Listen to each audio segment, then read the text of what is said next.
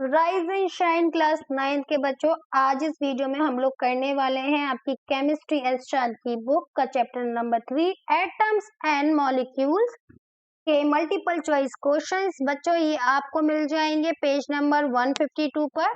यहाँ पर हम क्वेश्चन नंबर 31 से 45 तक करने वाले हैं। बच्चों अगर आप लोगों ने मेरे चैनल को अभी तक सब्सक्राइब नहीं किया तो जल्दी से सब्सक्राइब कर दें, साथ ही जो रेड कलर का बेल आइकन है उसको हिट करना ना भूलें ताकि आपको मेरे अपकमिंग वीडियोस के बारे में टाइम टू टाइम पता चलता रहे। बच्चों अगर आप लोग मेरे चैनल पे नए हैं तो आप लोगों ने अभी तक चैनल सब्सक्राइब नहीं किया होगा, जल्दी से कर दीजिएगा। चलिए स्टार्ट करते हैं यहाँ पे मल्टीपल चॉइस क्वेश्चन से। यहाँ पे क्वेश्चन नंबर 31 है, the atomic number of an element x is 13। तो कोई एलिमेंट एक्स है और इसका एटॉमिक नंबर 13 है।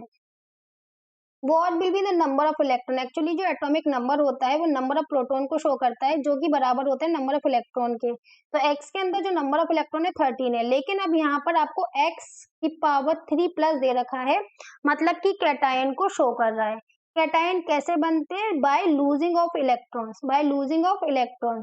अगर इस पे 3 प्लस चार्ज है मतलब कि इसने 3 इलेक्ट्रॉन लूज कर रखे हैं, इसलिए यहाँ पूछा जा रहा है what will be the number of electron in x plus 3, क्योंकि इसने 3 इलेक्ट्रॉन लूज करे हैं। पहले 13 थे इलेक्ट्रॉन, अब इसने 3 इलेक्ट्रॉन लूज कर दिया, 3 इलेक्ट्रॉन माइनस कर दो, तो अब यहाँ पे नंबर ऑफ इलेक्ट्रॉन कितने आएंगे? 10। वही पूछा है what will be the number of electron. तो यहाँ पे ऑप्शन डी में आपको 10 दे रखा है, तो ऑप्शन डी ठीक हो जाएगा। होपफुली समझ में आया होगा। अगर किसी भी एलिमेंट के ऊपर प्लस चार्ज दे रखा है तो इलेक्ट्रॉन लूज हो रहे हैं, माइनस दे रखा है तो इलेक्ट्रॉन गेन हो रहे हैं। अब यहाँ पे पूछा है question number 32, which of the following represent the correct chemical formula. अब इसमें से कौन सही केमिकल फॉर्मूला यूज कर बना रहा है? देखिए कैल्शियम दे रखा है और Cl के बीच में फॉर्मूला दे रखा है। कैल्शियम की वैलेंसी 2 होती है, क्लोरीन की 1 होती है, तो हम क्रॉस मल्टीप्लाई करते हैं तो देखेंगे यहाँ पे Ca, कैल्शियम की वैलेंसी 1 है तो उसको शो करना जरूरी नहीं है क्योंकि यहाँ पे क्रॉस करके आ गया, वैलेंसी तो 2 होती है, और क्लोरीन की Cl और कैल्शियम का 2 आ गया तो CaCl2 फॉर्मूला होना चाहिए। यहाँ पे 2 नहीं है तो ये गलत हो गया। इसी तरह से सोडियम की जो वैलेंसी होती है 1 होती है, नाइट्रोजन की 3 होती है, क्रॉस मल्टीप्लाई करेंगे तो क्या आएगा? Na3N।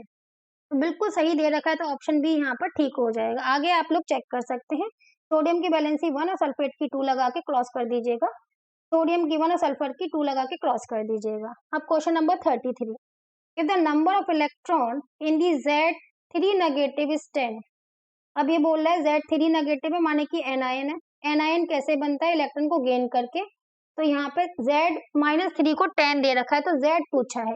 अगर ये अपने एलिमेंटल फॉर्म में तो कितने होंगे, क्योंकि इसने इलेक्ट्रॉन्स क्या करे हैं? इसने इलेक्ट्रॉन गेन करे हैं, तो इसमें से क्योंकि इसने गेन करे हैं तो Z के पास कितने होंगे? -3 कर दीजिए, क्योंकि गेन करे हैं इसने, इसके पास थे नहीं, इसने लिए हैं, तो आप घटा देंगे तो पता चल जाएगा कि कितने थे, तो 7। तो यहाँ पर ऑप्शन ए ठीक आ जाएगा। बच्चों जो हमेशा क्वेश्चन है थोड़ा घुमा कर पूछा जाता है तो उस पर ध्यान देना है। फिर पूछा है question number 34, the anion of element. जो एनायन है कैसे बनता है? एनायन के ऊपर नेगेटिव चार्ज आता है, इलेक्ट्रॉन को गेन करता है, तो एनायन के पास नंबर ऑफ इलेक्ट्रॉन्स मोर होते हैं उसके एलिमेंटल फॉर्म से। The more electron than normal atom, yes, उसके पास ज्यादा इलेक्ट्रॉन होते हैं अपने नॉर्मल एटम से, तो ये सही हो जाएगा ऑप्शन ए। 35 है, अब पार्टिकल एक्स है 17 प्रोटॉन, एक्स के पास 17 प्रोटॉन है और न्यूट्रॉन है 18 और इलेक्ट्रॉन है 18। तो यहाँ पर देखिए Z का क्या होता है? Z एटॉमिक नंबर होता है जिसमें कि वो बराबर होता है नंबर ऑफ प्रोटॉन के, नंबर ऑफ प्रोटॉन बराबर होता है नंबर ऑफ इलेक्ट्रॉन के। तो प्रोटॉन 17 है, इलेक्ट्रॉन 18 है, माने इलेक्ट्रॉन एक ज्यादा है तो इसने गेन किया होगा, तो गेन किया है तो एनायन बनाया होगा। तो ये क्या है? कैटायन है? नहीं। क्या ये एनायन है? यस।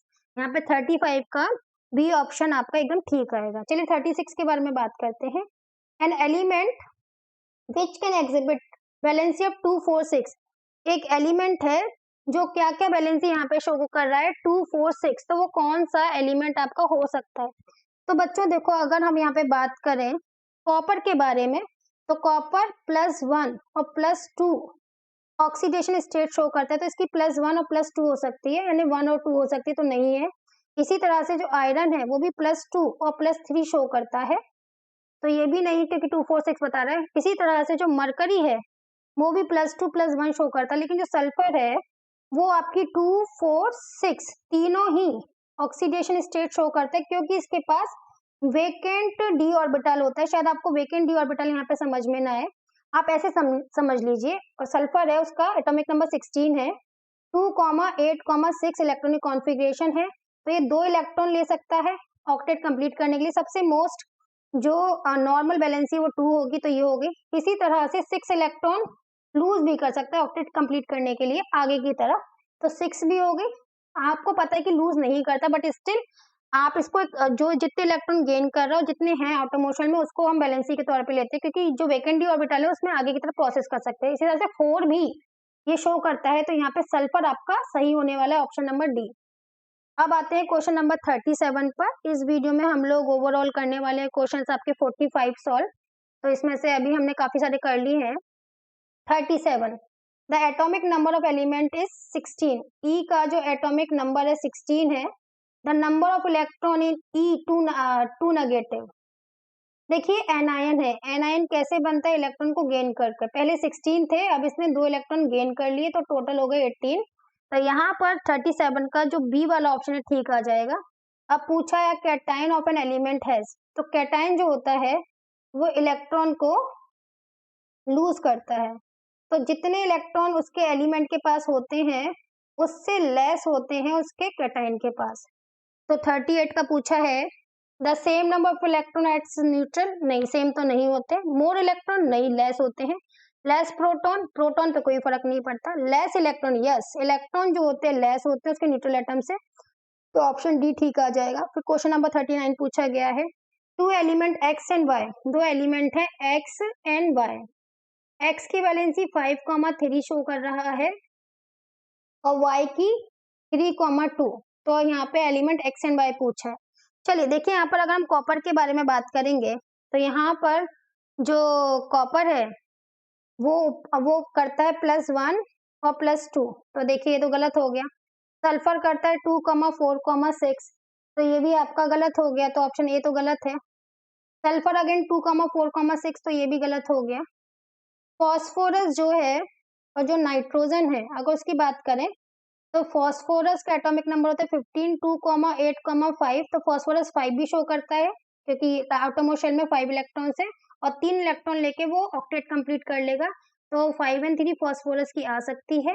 नाइट्रोजन की बात करें तो 7 होता है, 2,5, तो आटोमो शेल में 5 है, तो 5, तो ये आपकी क्या कर सकता है, सॉरी हाँ ये सही है, तो ये आपकी 5 भी शो कर सकता है और 3 भी शो कर सकता है। तो देखिए यहाँ पर क्या क्या आ रहा है आपका 5 और 3, तो ये तो नहीं होगा, है ना, नाइट्रोजन की हमारी नहीं कर पा रही है यहाँ पर।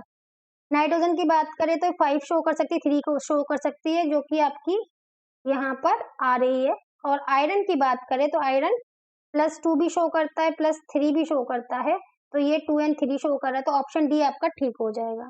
Question number 40, the number of electron in Y2 plus is कितना है 10, माने ये आपका कैटायन है, उसके पास 10 इलेक्ट्रॉन है, तो ये कैसे बनते हैं इलेक्ट्रॉन्स को लूज करके। तो इसमें एलिमेंट में पूछा गया, तो लूज किया है तो भैया प्लस कर लो, पहले ज्यादा होंगे ना लूज कर दिए, तो 12 होने चाहिए, तो बी में आपका सही आ रहा है, तो 40 का जो बी वाला है आपका वो सही होगा। अब बात करते हैं, लास्ट पेज है इस वाले वीडियो का, क्वेश्चन नंबर 41 के बारे में बात करते हैं।